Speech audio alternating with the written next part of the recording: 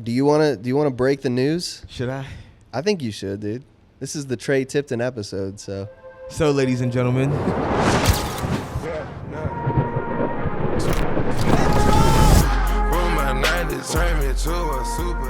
Hey, what's up, guys? Welcome back to the Athletic Aesthetic Podcast. My name is Vinny. I'm your host. Today's episode is a really great one. If you've been watching the show for the last couple episodes, I've had my buddy Trey Tipton on. We've been talking everything about the art exhibit that we put on together to, all of our plans working together moving forward. But I wanted to invite him back on and tell a little bit more of his story and, what made him into the person that he is today. So today, I sit down with him. This is Trey's story. We tried to move from, his childhood all the way through up until now, but you'll see in this interview, there's so many things. It's a roller coaster of an interview. There's ups, there's downs, there's a lot of downs, a lot of triumph moments, and just you'll see as you hear the story. And I feel like after we hit pause on the recording, Trey even opened up about more things that we didn't even get to cover yet on this. So there's a lot of moving pieces when you think about Trey Tipton. But we tried to cover a little bit of those today. I'm really excited about that. A couple housekeeping things. If you're here, please subscribe. Your subscription to this channel allows us to keep growing it, allows us to get more guests and fun things that we can do, interactive things, in-person parties, all that. So subscribe, share this with somebody. If you see a post on social media, make sure you comment on that. Show some love there. Go cop some merch on the website, vc2art.com. And keep an eye out for some really big announcements at the end of this episode for the show moving forward. So stick around, leave a comment here on the video. Love to hear from you guys. This is episode 15 of the Athletic Aesthetic Podcast. Let's get it.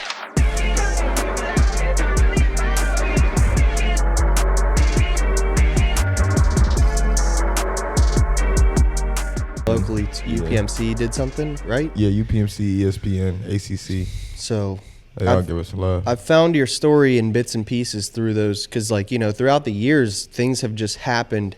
And I feel like, you see a video from 2020 and you're like, oh, this must be his most, current video. And then 2022, how much life had happened from that video to that video. Crazy. And so now it's 2023, and I was thinking, we need to get your update, your story here. The updated version. I know that this episode is probably hard, for you to revisit some memories, and we try to keep it light on this podcast, but at the same time, there's very real things that people go through, and brother, you've been through it, and then some. So I want to just share your story with the world, and hopefully that this, would help somebody else that might be going through it too. So, 100%. How you feeling today? I'm feeling blessed, man. Woke up, had to hit some traffic, man. You know how traffic goes, man. I'm sitting through traffic. I texted you, I'm going to be a little bit late, but in my head, I'm thinking I'm going to be at least 5 minutes early. That's typically how I am. If I say I'm going to be late, that means I'm 5 minutes early. Man, I'm sitting in this traffic, bro. I just feel myself getting heated. Just sitting in the traffic bro, I'm about to be 15, 30 minutes late. Yeah, dude. And it was rough this morning. It was rough. I ain't gonna lie. I actually was reveling in it because for once I was the first person to show up. And the first time in your entire life. I made sure the guy at the coffee shop knew that I was first too. I was these guys are late today. I don't know what. Oh my gosh! Listen, these guys, man. You was late to your interview. You was late. All right, we covered this. Yeah, okay. Yeah, everyone gets it. But yeah, dude, I don't know. We're here. It's we're coming up. We're this last little winter push here in Pittsburgh. So downtown is that's something that I've I always forget to account for how much colder it is downtown here with the rivers. Every time. And I'll leave the house and be this is hoodie weather. You get down here and you're just bro, listen. Even playing football at Hines, we would look at the weather and be okay, it's 43 degrees. That means it's 33 degrees at Hines. yeah. It's a real effect, dude. It's crazy. But yeah, so let's jump a little bit into your story. 100%. And start at the beginning, okay? Because that's where all good stories have to start. Yeah. So let's take little Trey, right? Growing up, what's little Trey like? Little Trey growing up, bro, I had to go through the world. You know what I mean? I had to learn a lot of things about myself at a very young age. There's things that I watched my parents go through, watched my dad go through, watched my mother go through that most kids either have, depending on where you're from, or haven't had to go through, right? So my parents got divorced at a young age, and then on top of that, my dad had gone through a situation around when I was about 7 years old. My stepmother, the lady that my dad ended up marrying after my mom, she ended up dying. I don't know if I was the first person to witness her die, but I was the first one on the scene, right? So it was one of those things where things got a little bit difficult, a little bit hectic, man. I sat with depression and the thought of suicide for a very long time after that, right? Because once I seen that aspect in my head, like, I started to flirt with the idea of death. You know what I mean? A little bit too much, a little bit more than I would like. Yeah. And after witnessing that, man, I went on a little journey, man, and ran away from home for a little bit, man. And my mom, she did such a great job in trying to get me back to reality, man. But after seeing stuff like that, it haunted me, man. I was having the same dreams from when I was 7 years old till I was about 14. So you had like a reoccurring dream? Oh, I can vividly tell you exactly the same dream really? Right now. Know exactly on how to go about it, what happens, how it happens every single time. I just haven't had it in a long time. Would you mind sharing it? Yeah, so as I got older, just to give you a kind of an idea on what happened that day, when I was around 7, man, I walked up the steps. My dad had told me to go get my stepmother because it was time to eat breakfast. My dad had made a nice breakfast for me and my stepbrothers, Jordan and Brad. And it was cool, man. I went upstairs, and I remember touching Mandy's skin, and it was cold. And Mandy was my dad's fiance's name. And I called her my stepmom, even though didn't go the full way. But I had touched her skin, and it was cold, and I didn't really understand what was going on. So I was kind of confused. I was in shock, kind of, man. So and you're 7 years old? 7 years old, not really knowing what the hell's going on, bro. Just kind of nervous, feeling my hands getting clammy, feeling myself just getting really, really nervous, right? Go upstairs, and I get a sense of just something airy in the air, bro. I could feel it. You know what I mean? And when I walked in there, I could tell something wasn't right. I touched her skin. She was cold. I went downstairs, told my dad to go upstairs and go check on her. All I remember is my dad running downstairs screaming, "She's dead." And I was like, yo, like, what? Like 7, I didn't even know what to think, for real, to be honest with you. 7 years. So are you the oldest? So at the time, no, I wasn't the oldest. Jordan was the oldest. I was like the middle. Okay. And it was difficult, bro, because at the time I was like, Jordan and Brad, they were my stepbrothers, so like they had attachment. That's their mom. Right. You feel me? So like I felt more bad for them because that's their actual mom. And then on top of that, right, my dad had some issues after that because her father was a judge. Right, and some things had happened, and they ended up sending my dad to jail, falsely accusing him of murder. Right. Wow, dude. So I lost my dad for a decent amount of time, and dang, my dad had to go through that, and that's one reason why, to this day, although my dad had his problems, had his issues, man, my dad fought hard to be in my life. Right. So like through that situation, bro, I ended up running away. It's like, yeah, fuck this, I'm cool, bro. You know what I'm saying? Like running away, bro. I hid in the same spot I hid when we play hide and go seek with the boys. You feel me? I hid in the same spot every single time, bro. It was crazy, man, because like at that moment, I started to feel this thing that like I wanted to die. Like I felt that same feeling for damn near until I was about 19. Like every day, I just wanted to die, right? So I was having a tough time just coping and understanding what was going on. But back to the dream, so the same dream that I was having every single night from when I was 7 to I was about 14 was I'd have dreams that I would go and touch Mandy's skin again, but this time she would turn over and then grab me and pull me close to her face. And I would wake up. Dang. And I'm talking about I had the same exact dream until I was about 14 when I was 7 years old. Really? Yeah. So how frequently would you have this? I probably, honestly, in the beginning years, probably like from 7 to about 9, it was almost every night. And then as I got older, it would be like every 3-4 weeks. And I kind of could feel that it was coming. And then when I turned like 15, 16, found out that my mom had cardiomyopathy, or she had like some heart disease that they had thought that either it would kill her or she would just find a way to get through it. So like at 15, like that became my focus, that my mom was going through such a situation. Right. The dream started to fade away. Okay. You know what I mean? So it was started like, to kind of distract you. It was almost a distraction. Like it was one tragedy into another tragedy that distracted me. For you real. still haven't fully healed from the. I ain't fully healed from neither one. I'm not of them sure you things. ever really fully healed, but you know, especially being 7 years old, now you're 15. Yeah. They're pretty like important years of your life. You're trying to figure out. You know, most kids are figuring out like what video game they like best, what their favorite movie is. You're trying to figure out like, you know, a lot a lot faster than a lot of people had to deal with in their entire life. So, by 15 to be feeling those things, like, what do you think, what would get your mind off of those things when you were younger? Shoot, when I was younger, bro, I used to go and play sports. That was my thing, bro. I feel like the reason why I became so good at sports is because of how much I went through. You know what I'm saying? And at the same time, even during that time period, to when I was about 7 to about 15, my uncle had passed away, my cousin had passed away. It just felt like everybody that I love was so close to death. Always. You said your uncle and your cousin? Yeah. So now you've seen your stepmom, your uncle, and my cousin all passed away. Before 15? Yep. Before 15. And that was something that was like,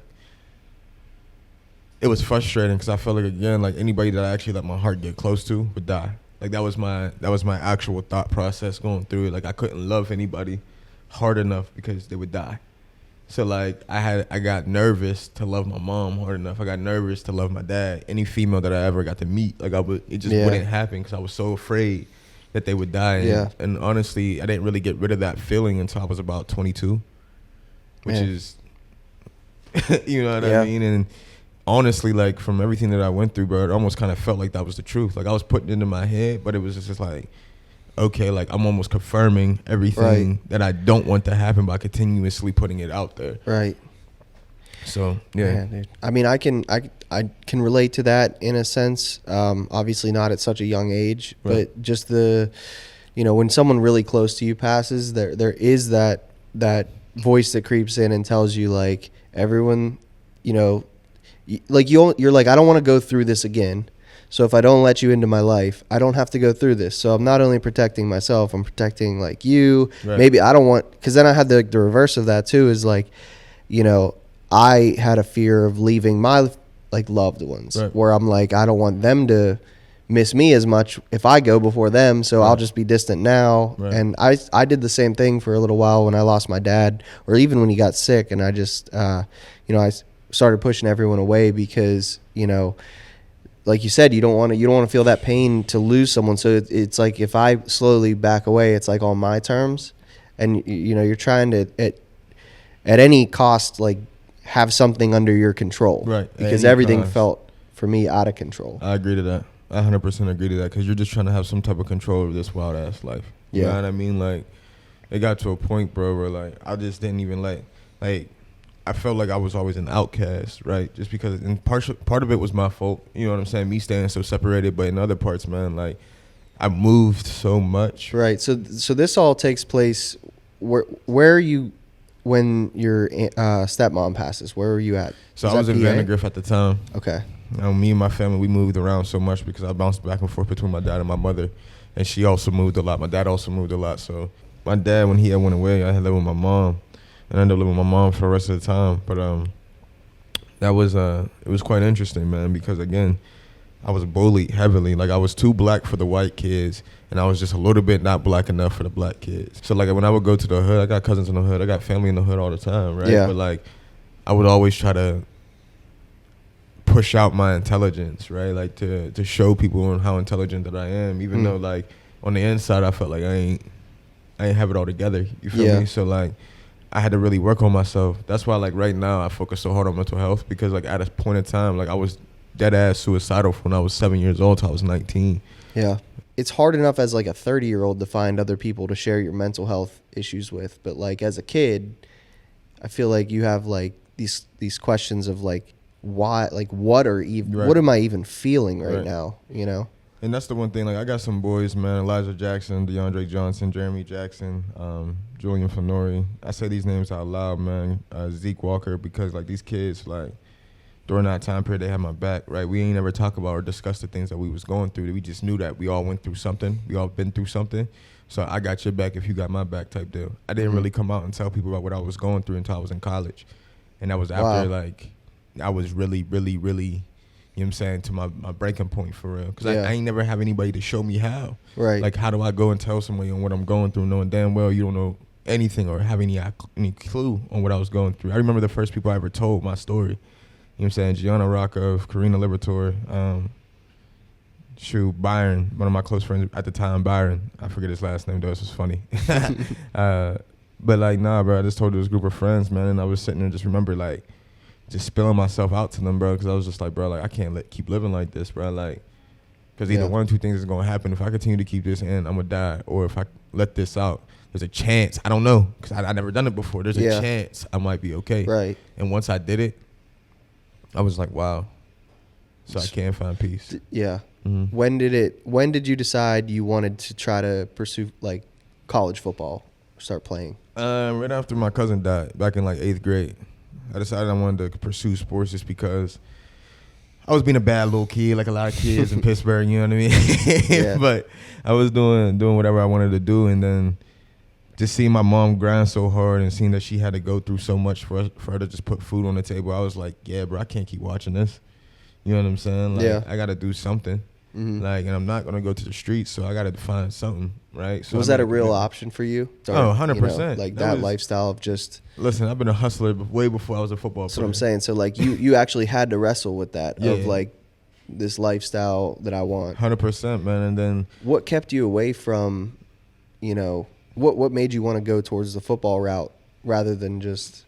I had a great group of men around me. That's the one thing I feel like the world's missing right now is men raising men. You know what I'm saying? And because, like, I had some of the best group of men, including my father, when he got the opportunity to be in my life. You know what I'm saying? Like, and trying to get me in the right direction. Like, Greg Hutcherson, Corey Smith, Wade Brown. You know what I'm saying?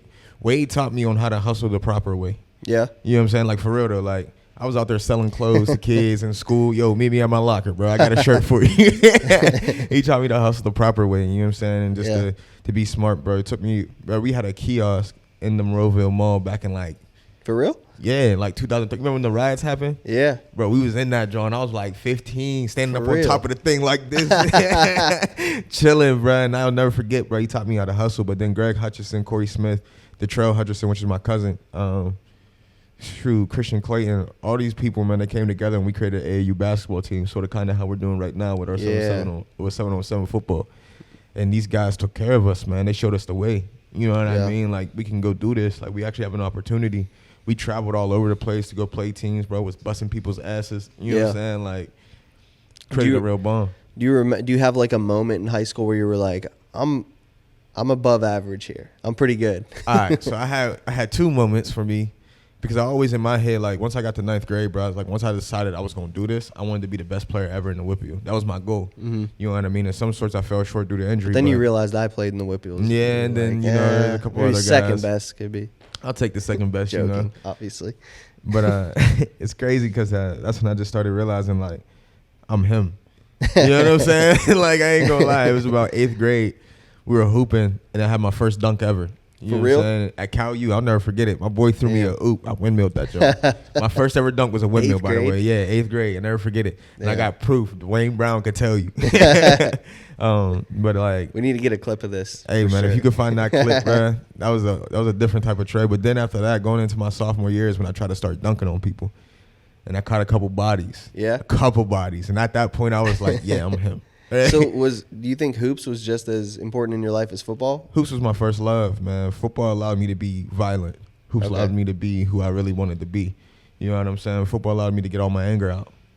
You know what I'm saying? And then I realized that I was him my sophomore year of high school, for real, like football and basketball. I was like, if I'm going to make this shit shake, ain't nobody going to make it shake for me but me. So I started grinding, like, by my dola. John Skiba was one of the people who also had such a big role in my life, man, because he gave me guidance in a very dark time. Mm-hmm. You know what I'm saying? Because I wanted to leave schools. I was getting racist comments. I was down with the world, for real, bro. Like, and nobody was talking about mental health at the time. Like, that wasn't. Because when did you graduate high school? 2015. Yeah, so like, ain't nobody was talking about mental health or nothing like that. Yeah, we was just trying to figure it out. You know what I'm saying? I was getting called the N-word every other day, just getting talked bad about. You know what I'm saying? Like, it was low key getting bullied. Yeah, you know what I mean. So and that's a crazy dynamic there too. To be like the football star, the basketball star, getting bullied in your own school, bro. In my own school, bro. I'm like one of 3 black people. Anytime anything happens, they look at me. You know what I'm saying? So it's like I was going through it, and then even the people who did look like me, they try to bully me too because they were not trying to be bullied next. Yeah, you know what I'm saying? I always was just kind of like, fuck it, like I'm cool with it. Like, it don't matter, like. Because y'all going to be sitting here doing what you're doing now while I do what I do. Yeah. And honestly, a lot of those people who did bully me at the time, bro, are doing exactly the same shit they was doing in high school right now. You feel me? So it's like, I was going through that. You know what Yeah. I'm saying? I had to figure it out. So I fought back in a lot of different ways, bro, especially when I got to college. College, it got even harder. Yeah. I really didn't fit in at that point. You know what I mean? So why did you choose Pitt? It was home. It was that simple. Like, it was home. Like, if I'm going to fight for anybody, I'm going to fight for the city. You know what I'm saying? Like, I feel like everybody needs a why bigger than them. You know what I'm saying? My family was definitely my why, but I needed an even bigger why. You know what I'm saying? Like, I had to put it in my head that no matter what happens, I'm going to stay here, be here, because this is my biggest why. Yeah. That's why I never left Pitt. That's why I never transferred from Pitt, was because I was like, I made a commitment. Yeah. Which is like, in today's day and age, I mean, it's not, it doesn't happen now. No. You know, I think your class might be like one of the last classes that like came in with a mission, and, you know, thanks to like NIL, it's, you know, it's a great thing, but there's also downside to it. Right. in a sense, you know, that, you know, that whole loyalty to your team and whatever. And maybe it went out, you know, because the loyalty always wasn't mutual between team and player. Right. And now the playing field's a little bit even. Right. But, you know, there was a special thing about, you know, you come in as a freshman and 100%. You come in with a class and you guys have, you know, 4 or 5 years to do something special. And, you know, due to COVID and everything that, you know, you went through with your injuries, obviously, which we'll get into, you played 7 full years, right? Yeah. Correct? So let's go back to, like, you're coming into Pitt, right? Right. Wide-eyed, right out of, you know, high school. You're recruited there. You're a freshman there. What are you feeling like when you get on campus? Because I know you're saying you've been through so much, right? You've overcome so much at such a young age. You've seen so much loss, devastation. You get to a brand new, you know, it's like it's a new moment in your life. Like, what are you feeling? Are you still thinking about these things you've went through, or do you feel like that was like a mental shift that you went through when you came to Pitt, where you're like, this is a new leaf? Shoot, it was up. We was going crazy. In my head, I was like, we getting right. Yeah. All that's left in the past, but unfortunately, man, things will get a little bit harder than I expected. Mm-hmm. You know what I mean? You got significant playing time, right, freshman year. Yeah. You know, you had a really bright career ahead of you. Mm. And so your first injury, right, which was your freshman year, week 3? Yep. I believe? Yeah. I said it was in practice, right? Yep. So take me through that. I can make it very simple for you. Jordan Whitehead is a freak. That man is a freak athlete. To this day, I don't even know how he got to me. Really? He started on the opposite hash, made it the whole way to the far out of bounds on an out route. I ain't never seen anybody move that fast laterally in my entire life. Damn. And I just came down weird, but we both went up for the ball, and my leg kind of just gave a little bit and ended up spreading my PCL, my LCL. But again, like, just from what I told you, bro, I wasn't right in the head to begin with, right? So to have one single injury, like, that was devastating to my whole everything. Yeah. And not too many people knew how detrimental it was to me. You know what I'm saying? So it kind of looked like, honestly, I was being a bitch. You know what I'm saying? Like, I'm just keeping it real. So, like, during that time period, bro, I was going through the world as well. Like, it wasn't any easier or any better. Like, I just started dating this beautiful young lady at the time. And then we were just extremely toxic. Became the laughing stock of the school, for real. I'm not even going to lie to you. But with that said, man, we just went through so much that I tried to be somebody that was hard to be, right? Like, she was dealing with a bunch of luggage that she also had, and I was trying to take on her luggage, including my own luggage, right? So it just got really nasty, really tough, and really bad fast. And unfortunately, during that process, she had gotten pregnant. And that was been my number one goal my whole entire life, was to be a father. So, like, when that happened, there were some other things that was happening in her personal life where I don't know too many people on this entire planet that could handle it. You know what I'm saying? Like, she was, and forgive me, you can cut this out if you need to, but she was, so then we ended up losing our child, and that was probably one of the tougher times for me. So now I'm not playing ball, which is the only thing that's keeping me sane at the time, right? And then now the woman that I love, you know what I'm saying, like, including the baby that I was looking forward to, almost both slipped out of my hands. So at this point, bro, I was in such a deep depression, bro. I didn't care about nothing. Like, nothing, bro. Like, when I say nothing, it took really, honest to God, bro, it took me battling with me. Like, and people don't understand that. Like, I feel bad because when you see these people who are families dealing with the fact that they lost somebody due to the fact they took their own lives, right? And they always ask, what could I have done better? What could I have done to do more, right?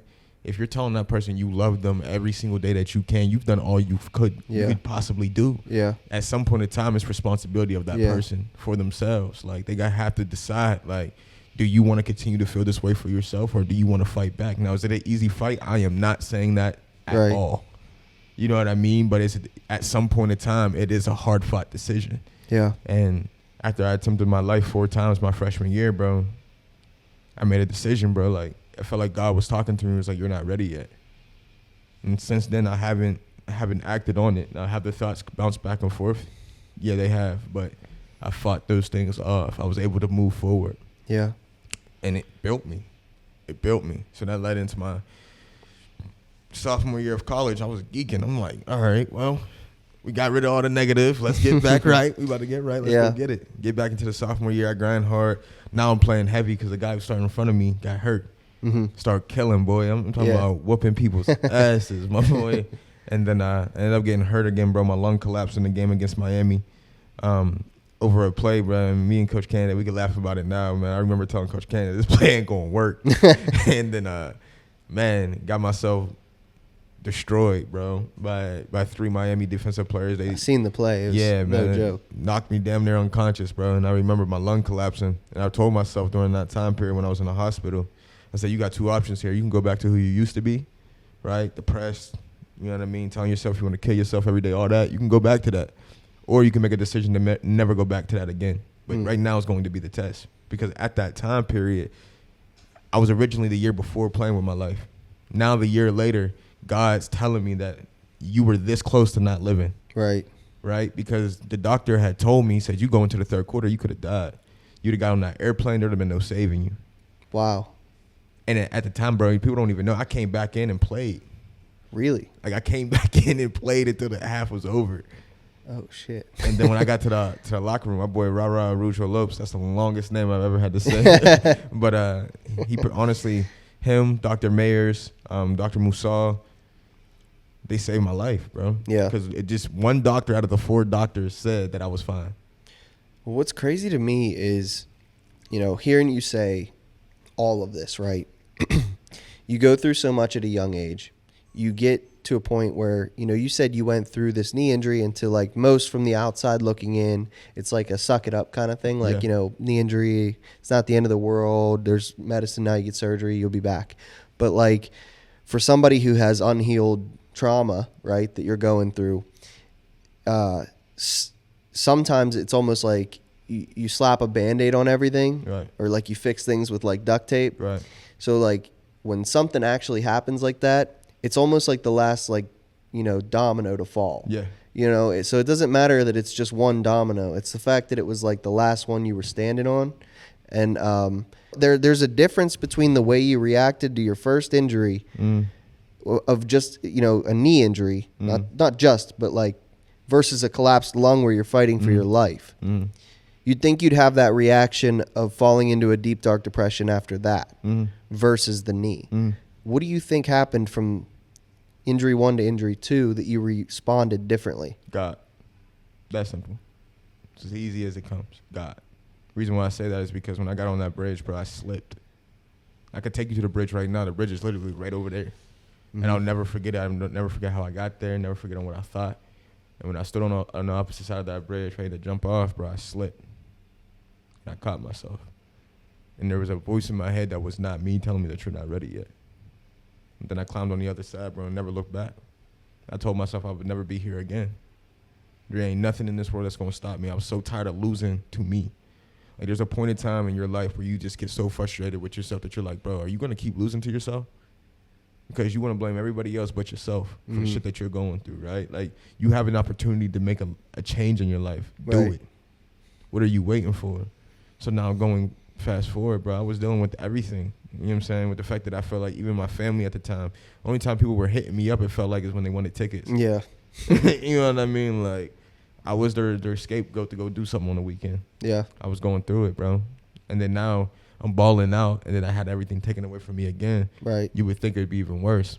But then there was these nurses. Because that was, not to interrupt, but this was later in the season, right? So you played like almost a full season. Yeah.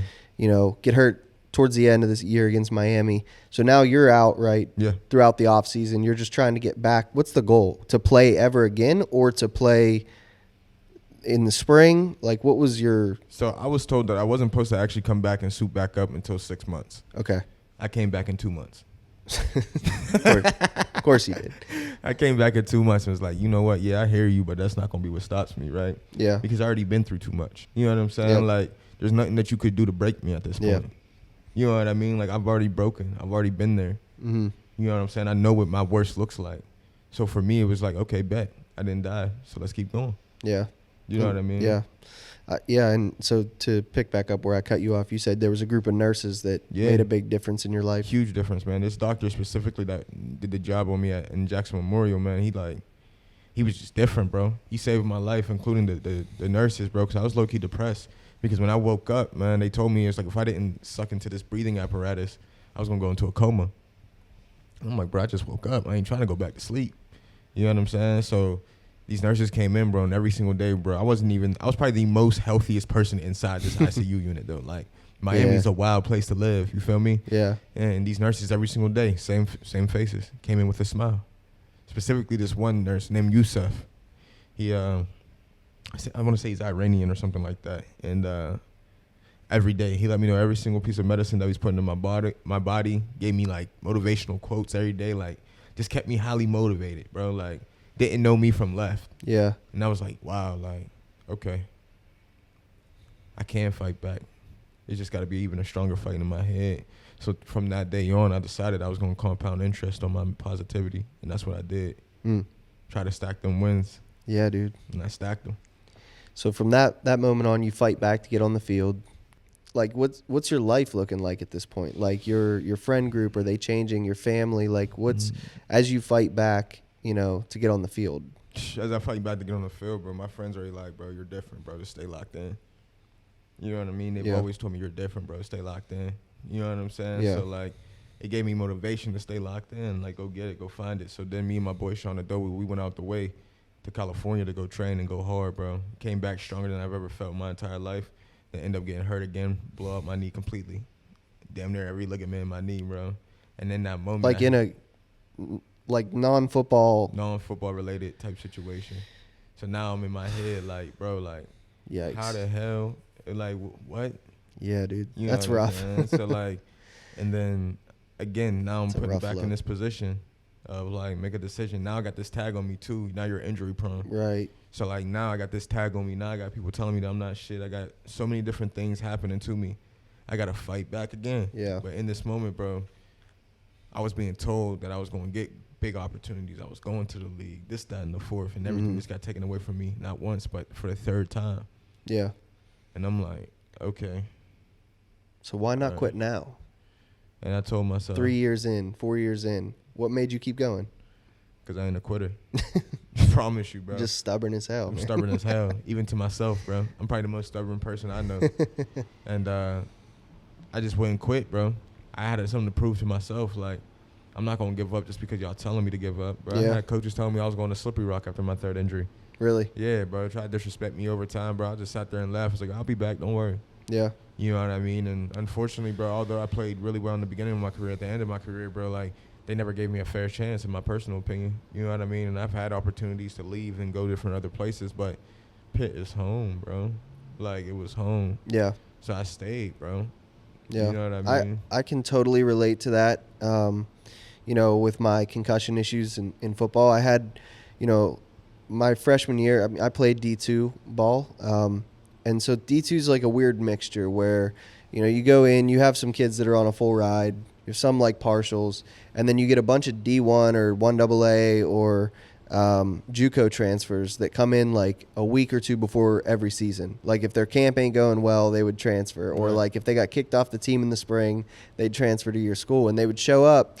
And, you know, like my freshman year, we had a group of All-Americans that they were like all four receivers were All-Americans. Like they were nuts. Our offense was crazy. We broke like almost every scoring record. And not just D2, but like just college. We played Edinburgh my freshman year in a playoff game, and we put up 84 points in a playoff game. Wow.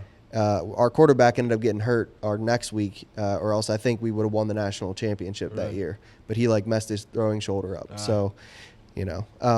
But anyways, like I had like an incredible start to my career, even though I was redshirted. I remember like I'd, you know, be talking to coaches. I knew the offense. I was making plays every day. Like, you know, I was really like, I felt like I had a good opportunity there. And then, because I just wanted to play ball. Like I didn't really have dreams of making the NFL, but like I just wanted to play. And if it led to like playing after college somewhere, I was open to that, you know. But for the love of the game, I was so excited. And then I had my issues with concussions. Same thing, you know, I put my body first, and like I took a year off actually to let my brain heal because I had 3 in 1 year. And, you know, that led to, I think, a little bit of resentment from the coaching staff at the time that I, you know, walked away from it. And then I felt like I never got a fair shot when I came back as well. So I can totally relate. That's one of the most frustrating things that ever happened to me in my life was, you know, I've shared the recurring dream that I had.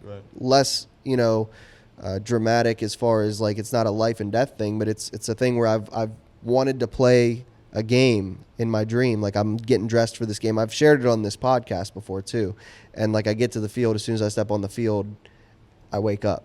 So I never get to play the game. And you know, so I feel what you're feeling there. I think after everything you've been through though, you know, you go through this again, you feel like maybe you're not getting a fair shot.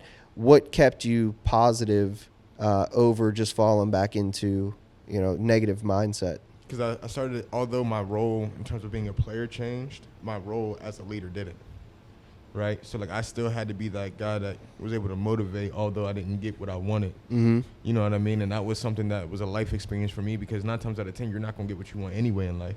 You have to go literally get it for yourself or take it from them. You know what I mean? And granted, I do appreciate the coaches who did give me a chance, the small chances that I did get. You know what I mean? Unfortunately, injuries plagued me as I played. You know what I mean? But in the same sense, my last 2 years, bro, I felt like I was really finally healthy, and I didn't get the opportunity I wanted. And then my senior year, but honest to God, bro, my 7th year, bro, I didn't play at all. I just watched from the sidelines. I damn near was a better spectator than I was player at that point. You know what I mean? Was.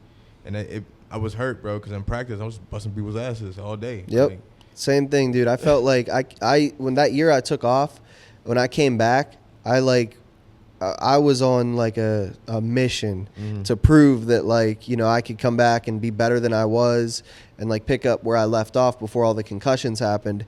And, you know, I worked out harder than I had ever worked out in my life, trained every single day, and went to camp, bro. It was just, I mean, I was in the like write-ups because this was before like social media or like especially D2 level. There was no West Lib football social media but the online, they would write an article after every camp practice, and I was in there like every day, like standouts at wide receiver, and like there I have like, you know, clips that are like, you know, looks like Vinny's pressing for like the, you know, starting role, and like I'm taking first team reps all day every day in practice, and then you get to the game, dude, and they like, you know, your guy that you're behind gets injured or whatever, and they take a timeout just to like let him, rather than just like letting you go sub in for a few plays. And I'm like, dude, like it was so weird. And then like one game they like made me like the honorary captain of the game, and I was so hyped because I got the start that week, because I kind of like ran my mouth a little bit and was like, what? I don't understand what's happening. I'm putting all these reps in practice on all the starting reps while the starters sit out, and I ain't getting any. So then they install me in the starting lineup, right? I go out there, they throw a bubble screen to like, it was like a trip set. I'm like the middle guy, so like I'm gonna just go make a block on the outside, like backer safety, and they throw a screen to my boy. Like I had the dude like walled off, and he cuts back. Like I had him like, you know, my back was to the sideline, so I'm like, you know, come off, you know, go outside. He cuts it back right into my block. The dude makes the tackle, and like I have a video of it, to like actually pictures of it. I'm like almost pancaking the dude because he had to dive backwards to make the tackle, and so that was the first play. Second play, the quarterback fumbles the snap, like jump, you know, mess up on the handoff, scoop and score the other way. So I come off the sideline off this, like, you know, I'm like all hyped. It's like my first series that I'm starting in college football. First play, like my guy makes the tackle, but like I said, I mean, I don't know what I was supposed to do. Like he cut right into my block. And then second play is a scoop and score the other way for 6. from that moment on, though, I got benched. I didn't see another starting snap the rest of the season. Shit, bro. I'm like, bro. I know how that feel. I snapped, dude. I had a blow up, dude. I had 2 years of eligibility left on my in my college career, and I didn't play them out because I was so frustrated with what happened that year. Man, and what killed me, bro, is the fact that, like, I never blew out. Like, I never went out there and snapped on anybody. But yet the people who did snap on the coaches got the opportunity. So, like, I was just sitting here thinking to myself, I'm like, bro, like, I'm doing everything right to get nothing. Yeah. Like, they're bringing in guys from all over the place, bro. I got other players on the team coming up to me like, Trey, why aren't you in? Yep. Like, I don't know, bro. I don't know what to it tell was you. so weird, dude. Everyone on the team would ask that too. Like, why aren't you playing? And I'm like, dude, I honestly can't tell you. I don't know. And that's the thing, bro. It's like, as coaches, they got a job to do, right? And unfortunately, bro, like, they tell certain people certain things, so therefore they got to hold up their promises to them over you. Yep. And because we're good guys, they know the fact that we'll eat it on the chin, and they rather have that kid be happy than to have to, you know what I'm saying? So I mean, at the end of the day, too, I was on a partial. Like, I was trying to earn a scholarship versus these dudes that were on full rides. So, like, you promise these dudes money, and, like, you want the school to be like, where's our money going? Why is our money paying for this kid to sit on the sideline? Obviously, the school wants the kid with the scholarship to play, Right. So these coaches that are fighting for just their jobs, I respect it. But at the end of the day, like, I think that's why, like, I respect what you do with coaching because, you're kind of the voice that I wish I had when I was a high school, recruit and trying to figure out where I wanted to play college ball and, like, what I needed to hear from coaches versus what was just, like, lies versus all that. Right. So I guess, we've been through your story a little bit. Obviously, we didn't get, like, crazy deep on all of the stuff because there's so much that goes into it. But, you get to a point, you win the ACC title. Right. You get to go out at least a little bit on a high, with the team at least. And then from that point on, like, where did you see yourself going after school? Because, you're coming out, like, I watched the interviews. Like, everyone was asking you, like, what's next for Trey? Yeah. Like, what, you're this mental health advocate. You're speaking out. You're in, like, the press. Like, they're asking. You're doing damn near mini podcasts every time you did a press release because everyone just had so many questions for you. Right. Like, what's next? Like, where did you go from there? Man, so I started speaking. I started traveling and telling my story, man, and that's exactly what I had kind of sought out to do. And then from there, man, I started working with the Pavement Group, and honestly, it's been different because it's a different team. You know what I mean? Like, I'm on a team now still, but it's a different team, and it's been spectacular. And then I also had a little opportunity just to see a preseason practice or a preseason minicamp, rookie minicamp with the Steelers for a little bit, and that opened my eyes up to some things as well. So I started to really see the business part of football. You know what I mean? And seeing on a different outlook of football. Like, a lot of my friends now, great athletes, but they still looking for their way in life because football's not forever. It's the only sport you can, once you pick it up and put it down, you put it down, it's done with.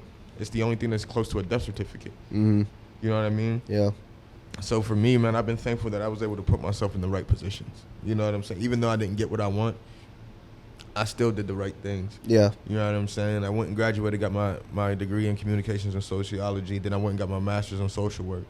You know what I mean? So I was able to do different things, be in different places, speak to the right people. Right. You know what I mean? Make the right connections. And ever since then, bro, I've been on the grind for real, bro. Yeah. And people say, what's next, bro? My goal is I'm your local superhero. That's how I see it. So if that's the case, it's whatever I got to do to be that. So that's connecting to the community, being in the community, connecting with athletes. You know what I mean? Connecting with past athletes that I used to be close with. You know what I'm saying? So I'm just trying to change the community, be in the community, and then bring people together, bro. I want to see change in the city of Pittsburgh, and I'm not going to stop until I get it. I love that, dude. And that's why, like, I'm excited to have you on here today and, share some of your story and your backstory. And, this is our third episode we've done in a row. So, like, we've been talking about the exhibit. We've been talking about, like, how we met and, like, how we, have been working together. But, like, I wanted the listeners to know, like, why you're so special and why, like, I'm so excited to be working with you. And, I'm sure this isn't, for some people, the first time they've heard your story, but maybe it is the first time that they've heard your story, because I think the world should hear your story. I think there's a bunch of people that are out there that could benefit from, hearing your story and what you went through. And, like I said, maybe they're going through it right now, but there is light at the end of the tunnel kind of thing is kind of what I get from you. And, it's kind of what I live by too. And, I know our faith plays a big role in that. But I guess, like, what would you say right now to someone listening that whether they're an athlete or not, they're just going through something that just feels like there is no light at the end of the tunnel? Like, what would you say to them? I say to them the same thing I say to every interview that I've ever done. Adversity is a comma in the sentence of life, not a period. What does that mean, bro? Life goes on after that adverse situation you go through. Just because it happened to you doesn't mean it has to be the end of you. Yeah. You know what I mean? So, like, just keep fighting forward, keep putting one foot forward. The hardest thing in the world is to take that first step. Just the first step. Yeah. So you do everything you can to take that first step. Yeah. And that's all I can offer. I love that, dude. All right, so to transition here, we want to make an announcement, right? Yeah, man. So, yeah, man. Do you want to break the news? Should I? I think you should, dude. This is the Trey Tipton episode, so. So, ladies and gentlemen, after crazy discussions and conversations that Vinny and I have had, along with our boy Anthony in the back. Y'all can't see him, but he's been killing it. He's letting y'all know. I'm going to be on this show consistently with my man VC2 as the co-host, so I'm excited to start this podcast with you, man, and we're going to be discussing so many different things from sports to mental health to jerseys to everything that you could think of high school sports. We're coming with it, so get ready, put your seatbelt on, because here we come. Dang, dude. I didn't even ask you for an elevator pitch. You gave me another one. Another one? Another one. I was going to give the elevator pitch today, but I don't think I need to now. No, throw it again. Go ahead. I want to hear your joy. No, I'm not going to give an elevator pitch, but I am going to say, like, when I started this podcast, I didn't know what it would lead to. Right. I thought I would just interview some people, and it was just a way for me to kind of tell some of the, like, speak some of the things that I've been through, and maybe they connect with other people. Right. Maybe they don't. Maybe I'm literally the only dude on the internet talking about, the new uniform design for the Denver Broncos. I don't know. But, like, maybe someone else is interested in that, and then they click and they watch, and they hear my story, and they see what I've been through, and they go, oh, I can relate to that. And then also, like all the art and the uniform and the design and, like, all the cool stuff that I'm into, to me, it's just what brought me in connection with others. It's not about the things I did. Right. And I think, like we've mentioned before, I love about you is that, you want to separate yourself from the things you do. It's not, you aren't what you do. You are, you're a person. 100%. And when I started this podcast, I didn't know what it would lead to. You reached out. Now we're sitting here, and I never planned to have a co-host on this show, but I'm grateful that you're willing to do this, because I think that you have all the things you've done that don't necessarily make you who you are. Right. They're going to connect us and this audience and this community to so many new people to talk to interview. And then all of those stories are also going to relate to people that are listening and watching, because the goal for this is to, put something out there every week that people can listen to, feel inspired, have a good laugh, talk a little bit about sports or just things that they're interested in. But to have a different perspective of, things you've been through in life, to speak into those things, right. I'm so excited for, man. So I'm grateful to have you here. That's it, dude. I don't know what else to say. I'm just excited. Hey, we're going to have a good time, bro. Yeah. We got some things coming, so just letting you know right now, if you're a football player and he does a painting of you, we may or may not be coming your way. Get ready, because we're coming. We're coming. We coming, right? We coming. What Deion Sanders say? We coming. We coming. Nah, cool, for sure, man. It's going to be a good one. Yeah. Anything else you want to say before we go? Keep your eyes open, man. Because, again, like we said, we coming.